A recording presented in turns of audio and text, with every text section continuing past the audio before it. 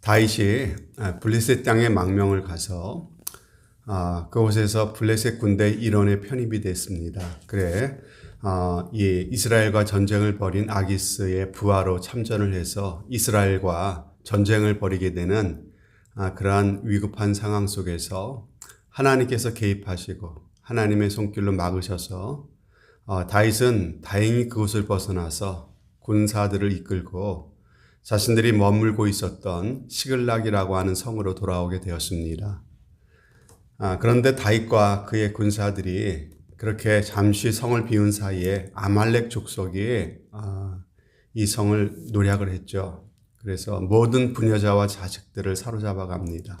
모든 재산들을 다 탈취해 갔습니다. 그리고 남은 집들을 다 불질러 버렸습니다. 와서 보니까는 아무것도 남지 않고 잿더미만 되어 있는 것이죠.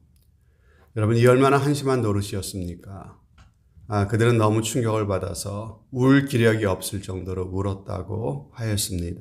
심지어 어떤 백성들이 다윗을 돌로 치려고까지 했다라고 했습니다. 이때 다윗은 크게 궁급하여서 정말 위기를 만났지만은 너무나 다급해졌지만은 곤란해졌지만은 하나님 여호와를 가장 힘든 이 순간에 힘입었다고 했습니다. 그래서 그가 용기를 얻었더라. 이렇게 성경은 기록하고 있습니다. 이제 다윗과 그 군사들은 눈물이 채 마르기도 전에 기운을 차리고 정신을 차리고 아말렉의 뒤를 추격해 가기 시작합니다. 그런데 이 과정에서 무슨 말을 타고 가거나 마차를 타고 가는 것도 아니고 이 다윗과 군사들이 뛰어서 급히 쫓아가야 되다 보니까요. 중간에 뒤처지는 병사들이 나오게 되었습니다. 그래서 이렇게 뒤처진 자들 200명은 부서울 시냇가에 머물게 두고 힘이 남아있는 싸움이 가능한 군사들만 400명을 추려서 계속해서 추격을 해갑니다. 이렇게 아말렉의 뒤를 쫓아서 결국은 새벽녘에 그들의 진을 습격하게 되었습니다. 그리해서 아말렉 족속을 물리치게 됐고요.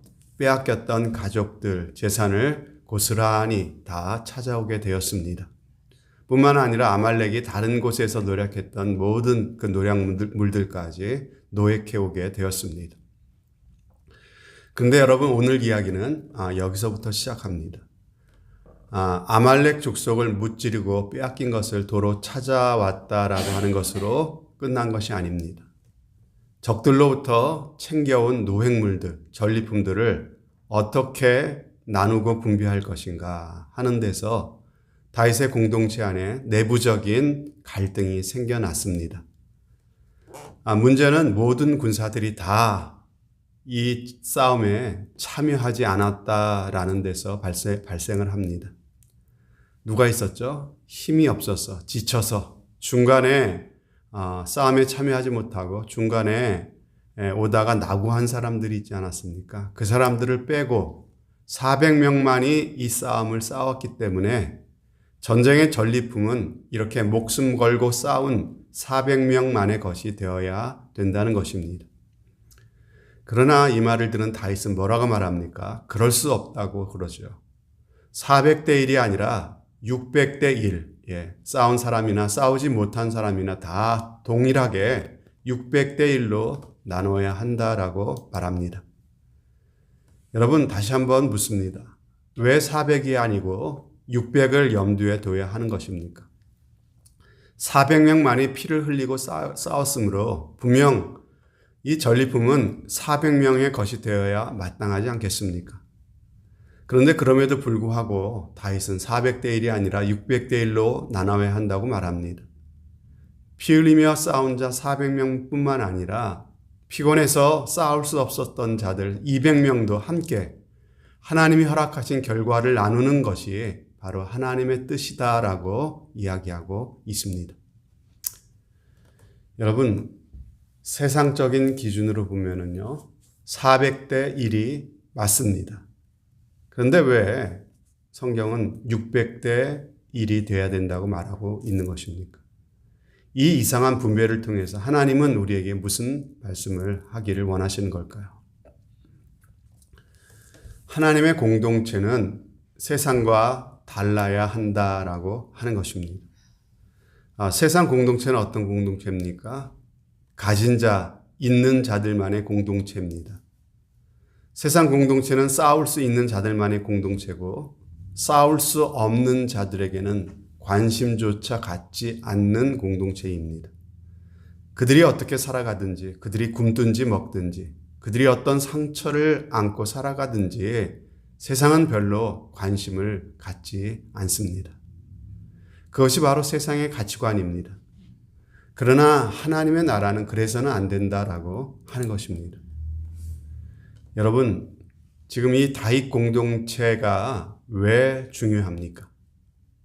이 다윗 공동체는요, 이제 곧 이루어질 하나님 왕국의 기초가 되기 때문에 그렇습니다. 지금은 600명 뿐이지만 이 다윗 공동체가 이제 곧 이스라엘 왕국을 이루는 모판이 되는 것입니다. 따라서 처음 시작부터 그들이 어떤 공동체의 모습을 갖느냐, 어떤 공동체의 신학을 갖느냐라고 하는 것은 너무도 중요한 것입니다. 이와 같은 중요성을 다윗이 과연 알고 있었는지 알지 못했는지는 우리는 알 수 없지만요. 분명한 것은 성령께서 다윗의 마음을 하나님의 뜻에 합당하게 그렇게 감동해 주신 것은 분명합니다. 여기서 우리가 생각해 볼 것은요. 다윗은 이미 여러 공동체를 경험했던 사람입니다. 그 공동체들을 통해서 이미 너무 많은 상처를 받으며 살아왔던 사람이었다라고 하는 겁니다. 우선 그는 사울 공동체 안에서 버림받은 경험을 했던 사람입니다. 다윗을 질투한 사울의 그 미움 때문에 다윗이 얼마나 고통과 시련의 세월을 겪어야 했습니까? 우리는 오늘날 하나님의 교회 안에서도 이런 일들을 볼 수가 있습니다. 나와 다르다고 해서 싫어하고 나보다 잘났다고 해서 미워하는 경우가 교회 안에서도 얼마나 많이 있습니까? 나보다 보잘것없고 연약한 자들을 돌아보지 못하는 모습이나 나보다 잘난 사람을 못 봐주는 그러한 모습이나 다 매 한 가지다라고 하는 것입니다. 그렇게 해서 사울 공동체를 떠날 수밖에 없었던 다윗은요, 이번에는 이방인 공동체, 곧 블레셋 공동체를 찾아가서 몸을 의탁하게 되었죠.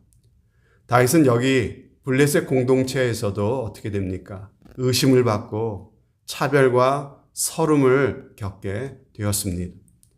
여러분, 어찌 보면 이건 당연한 일입니다. 하나님의 백성이 하나님을 모르는 이방인 공동체 안에 들어가서 어찌 합당한 대접을 받을 수가 있겠습니까?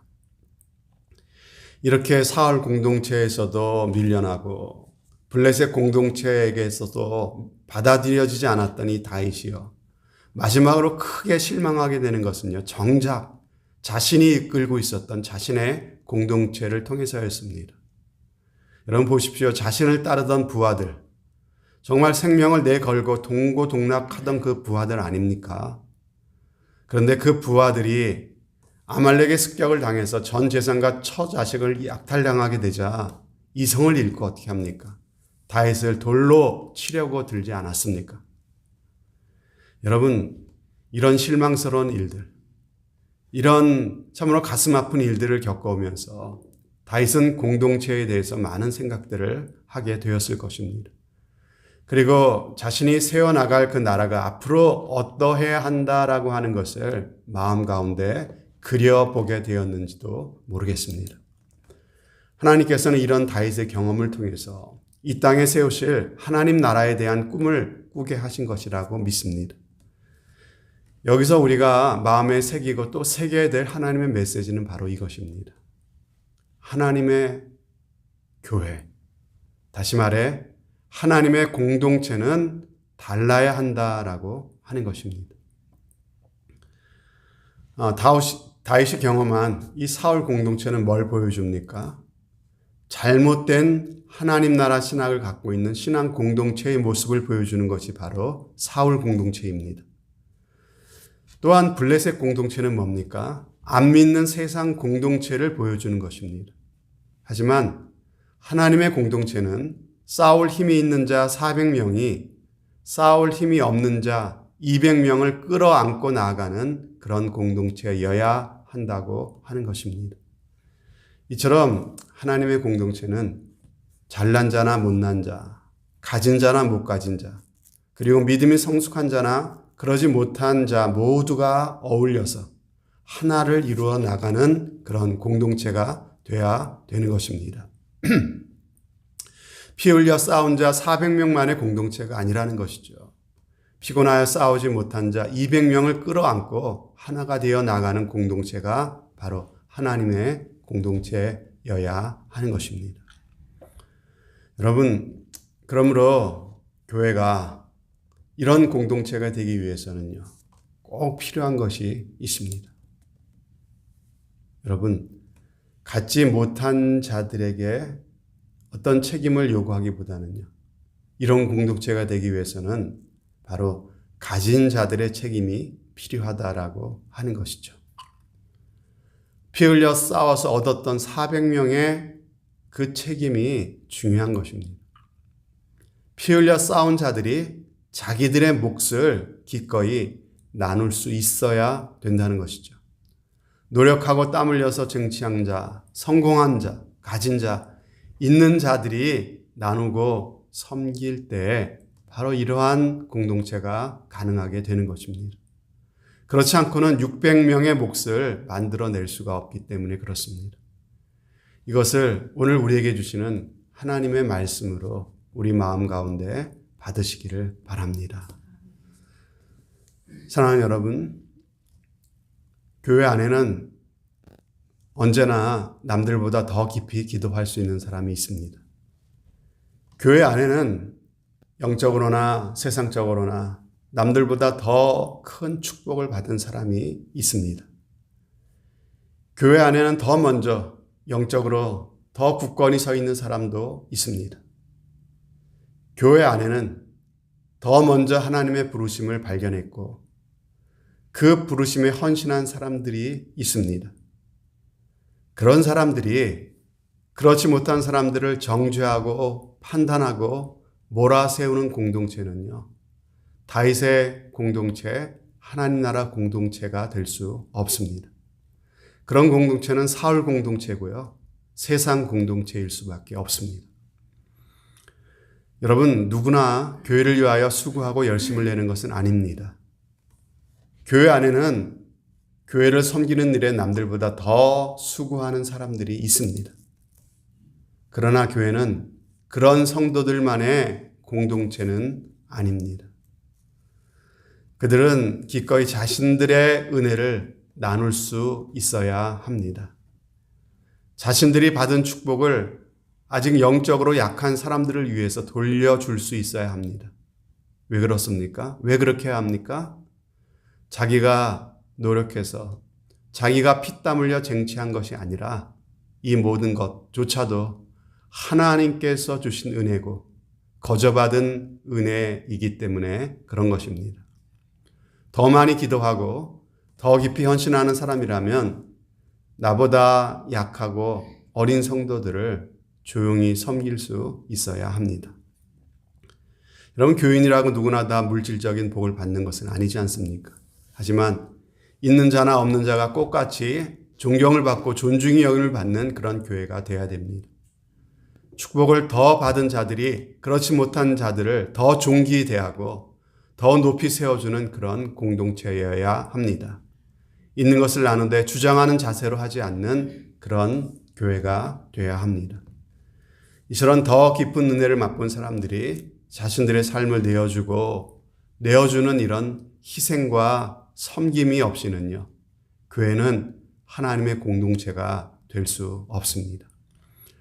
자신들이 피 흘려 얻은 것들을 피곤하여 싸울 수 없었던 자들과 기꺼이 나누는 이런 섬김과 돌봄이 일어날 때 교회는 비로소 하나님의 나라가 되어 가는 것입니다. 이것이 오늘 말씀이 우리에게 요구하시는 하나님 나라의 공동체의 모습인 줄로 믿습니다. 사랑하는 여러분, 우리를 통해서 세상과 다른 하나님의 나라와 세상과 같지 않은 천국의 모습을 이 세상 가운데 보여줄 수 있는 저와 여러분들, 우리 교회가 꼭 될 수 있기를 소망합니다. 이런 귀한 복이 우리와 우리 교회 가운데 꼭 함께 하시길 바라고, 이렇게 되기를 사모하며 기도하시는 저와 여러분들이 되어 주시기를 주님의 이름으로 축복합니다. 아멘. 하나님 아버지 감사합니다. 오늘도 우리를 또 하나님의 말씀 앞에 세워주시고, 특별히 하나님 나라 공동체가 어떠한 것인지 오늘 말씀을 통해서 우리 가운데 분명하게 알려주시고 보여주시니 감사합니다. 아버지 하나님, 남들보다 내가 더 땀 흘리고 헌신하고 희생했다고 나의 권리와 내 것을 주장하는 그런 사람 되지 않도록 도와주시고, 이것조차도 하나님께서 은혜를 주셨기 때문이고, 이것조차도 하나님께서 내 생명과 내 믿음을 붙잡아 주셨기 때문이고, 이것조차도 거저 주신 하나님의 은혜였음을 고백하며, 아버지 하나님, 기꺼이 연약한 자들을 위하여 양보하며 베풀며 살아갈 수 있는 아버지 하나님, 먼저 된 자들, 강한 자들 될 수 있도록 주님 도와주시기를 간절히 간구하며 기도합니다. 그래서 우리 교회는 가진 자나 못 가진 자나, 강한 자나 약한 자나, 성숙한 자나 어린 자나 모두가 다 하나가 되어서 어우러져서 정말 주님이 꿈꾸셨던, 주님이 기뻐하시는 세상과는 다른 아름다운 믿음의 공동체를 이루어갈 수 있도록 주님 은혜를 베풀어 주옵소서. 주님 그렇게 역사하실 주님을 의지합니다. 예수 그리스도 이름 받들어 기도하옵나이다. 아멘. 시간에 말씀을 기억하시면서